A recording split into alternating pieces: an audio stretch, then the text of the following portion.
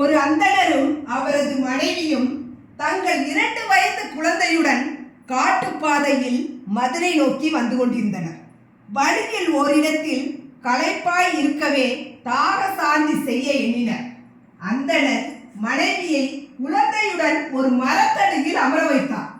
அவள் களைப்பில் மரத்தடியில் படுத்தார். பூஜாவுடன் அருகில் தெரிந்த நீரோடையை நோக்கி சென்றார். அந்த மரத்தின் மீது யாரோ ஒரு வேடன் விட்ட அம்பு கிளைகளுக்கிடையே தங்கி நின்றது. சற்று நேரத்தில் காற்றடிக்கவே கிளையில் தொங்கி நின்ற அம்பு படுத்திருந்த அந்த பெண்ணின் வயிற்றில் தைத்தது. அது விஷம் தோய்ந்த அம்பு. விஷம் உடலில் பரவி அவள் இறந்தாள். அப்போது அங்கே ஒரு வேடன் வந்தான். ஒரு பெண் இறந்து கிடப்பதையும் அருகில் அவளது குழந்தை அழுது கொண்டிருப்பதையும் பார்த்தான். அதற்குள் அந்தணரும் வந்துவிடவே வயிற்றில் அம்பு தைத்து இறந்து கிடக்கும் மனைவியை பார்த்தான். அருகில் நின்ற வேடன் மீது சந்தேகம் கொண்டு, எதற்காக நீ என் மனைவியை கொன்றாய்?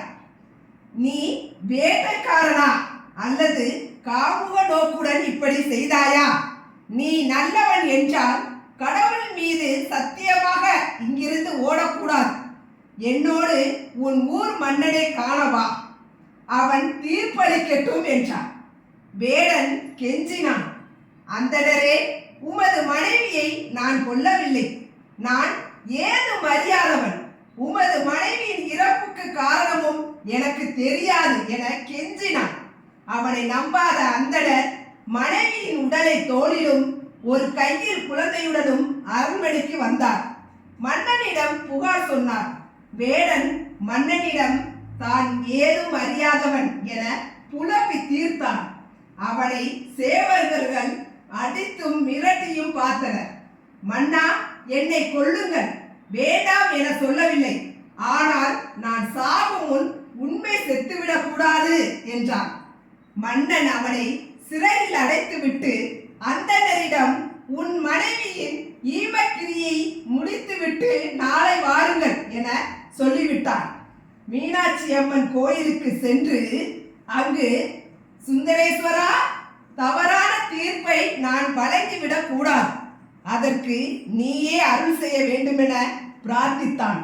அன்று இரவு கனவில் வந்த சுந்தரேஸ்வரர், மன்னா, நீ நாளை மாசி வீதியில் உள்ள மண்டபத்தில் நடக்கும் திருமணத்துக்கு செல், உண்மை தெரியும் என்றார்.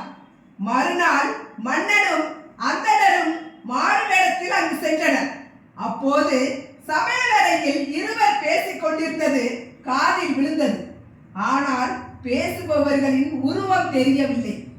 தூதரே, நம் யமதர்ம மகாராஜா இந்த மண்டபத்தில் திருமணம் செய்ய போகும் மணமகளின் உயிரை பறிக்க உத்தரவிட்டுள்ளார். இவனோ மணமேடையில் ஆரோக்கியத்துடனும் உறவினர் புடைசூழவும் இருக்கிறான். ஆனால் இவனை எப்படி கொள்வது, என்ன செய்வது என்றது ஒரு குரல். அதற்கு மற்றொரு குரல், தூதர் தலைவரே, கவலை வேண்டாம்.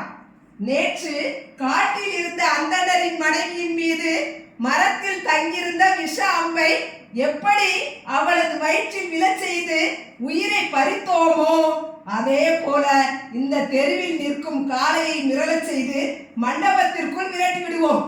கூட்டம் கலைந்தோடும் போது காளை மணமகனை முட்டி கொள்ளட்டும் என்றது. மன்னரும் அந்தணரும் உண்மை நிலையை புரிந்து கொண்டார்கள். வேடனிடம் மன்னிப்பு கேட்டார்கள்.